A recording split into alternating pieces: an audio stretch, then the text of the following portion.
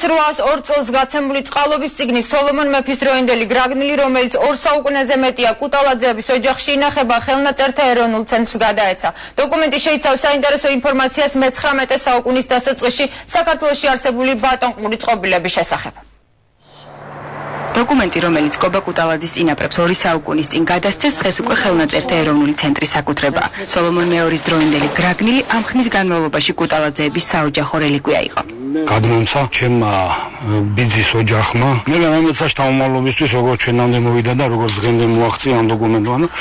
ინახავდი ამ დოკუმენტს სათუთად, რა თქმა უნდა, ფაქიზად.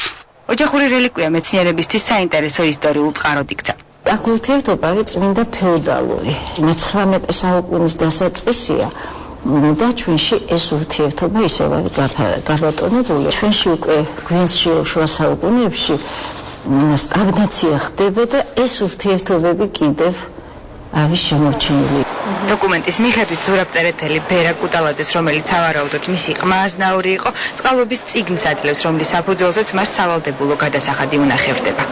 მისი გამცემი გახლავთ ზურაბწერეთელი, მათ შორის ცნობილი ისტორიული პირია, სოლომონ მეორის კარზე იყო სახლთუხუც, ეს არის წინაპარი, უშუალო წინაპარი აკაკი წერეთლის სამონაწილეა იმერეთის დიდი აჯანყებისა და დროინდელი ძალიან მღელვარე მოვლენების ერთ-ერთი სულის ჩამდგმელი. ეს უკანასკნელი შემთხვევაც არის ძალიან სასიხარულო და ძალიან მისასალმებელი, რომ ადამიანს ფლობელს, ამ დოკუმენტის ფლობელს, ბატონ კობა კუტალაძეს დამოუკიდებლად დაებადა ეს სურვილი, რომ მოეტანა და შემოეწირა ხელნაწერთა ეროვნული ცენტრისაკენ.